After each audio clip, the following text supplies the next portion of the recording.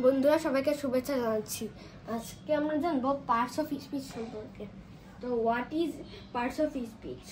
Part অর্থ অংশ এবং স্পিচ অর্থ বাক্য বা সেন্টেন্স। সুতরাং পার্টস অফ স্পিচ অর্থ বাক্যের অংশ। তো এখানে আমরা একটি সংজ্ঞা দেখতে পাচ্ছি।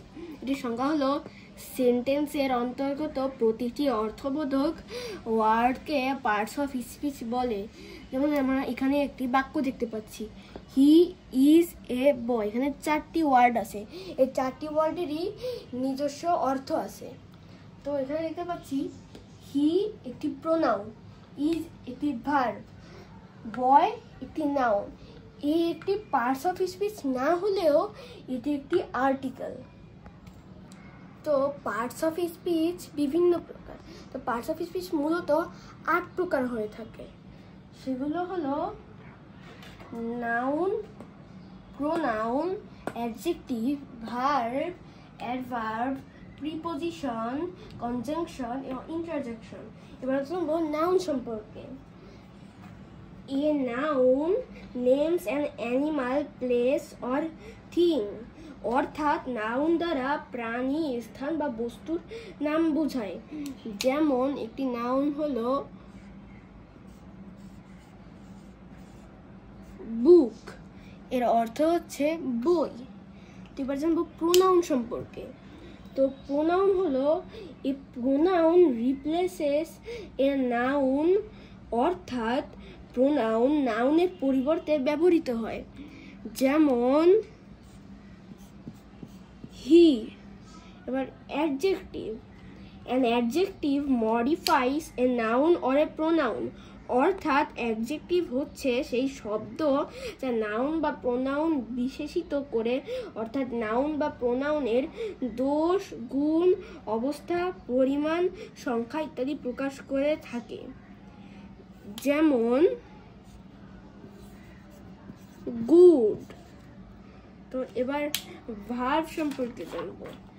A verb indefinite an action or a state of being. অর্থাৎ ভার্ব হচ্ছে সেই শব্দ যা দ্বারা কোনো কাজ করা বা হওয়া বোঝায়। যেমন ইট মানে খাওয়া। এবার অ্যাডভার্ব সম্পর্কে। An adverb modifies a verb. অর্থাৎ অ্যাডভার্ব ভার্বকে বিশেষায়িত করে বা ভার্বের কাজটি কখন, কোথায় ও কিভাবে সম্পন্ন হয় তা প্রকাশ করে। যেমন স্লোলি। তো এবার প্রিপোজিশন সম্পর্কে জানবো। A preposition shows the relationship between a noun and other words in a sentence. অর্থাৎ প্রিপোজিশন হচ্ছে এমন শব্দ যা নাউন বা প্রোনাউনের সঙ্গে বাক্যের অন্যান্য শব্দের সম্পর্কে স্থাপন করে। যেমন অন। এবার কনজাংশন সম্পর্কে জানবো। A conjunction joins words or sentences. অর্থাৎ কনজাংশন 2 বা ততোধিক শব্দ এবং বাক্যকে যুক্ত করে থাকে। যেমন and। এবার interjection. an interjection expresses emotion. অর্থাৎ ইন্টারজেকশন দ্বারা আবেগ প্রকাশিত হয়। যেমন ওয়াও। তো আমরা আজকের জন্য এইটুকুই শিখবো। পরের দিন আমরা আরো অনেক কিছু জানতে পারবো। তো আজকের জন্য এইটুকুই। Bye bye.